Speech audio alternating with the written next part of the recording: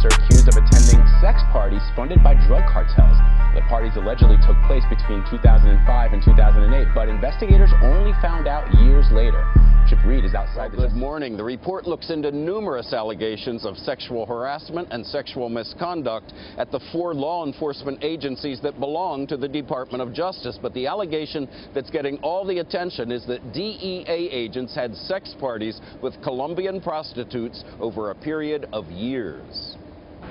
The report says DEA agents attending sex parties in Colombia should have known the prostitutes in attendance were paid with cartel funds, the same drug cartels the officers were supposed to be fighting.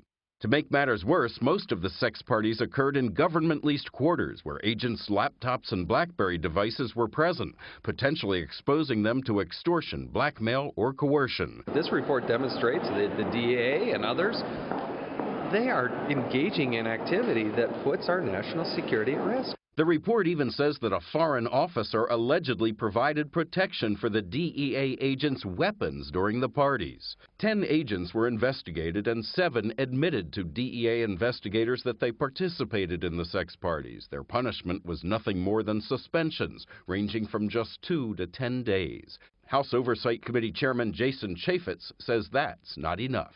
These people should be fired immediately. They need to be held accountable, not just given a 3-day weekend pass.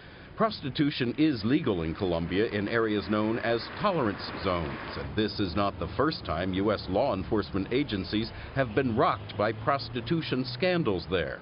3 years ago, it was the Secret Service. House Judiciary Committee Chairman Robert Goodlatte says these bad officers can make whole agencies less effective. There are lots of good, hardworking, dedicated people who are agents in all of these different federal law enforcement agencies, but they're all given a black eye when people are not acting responsibly.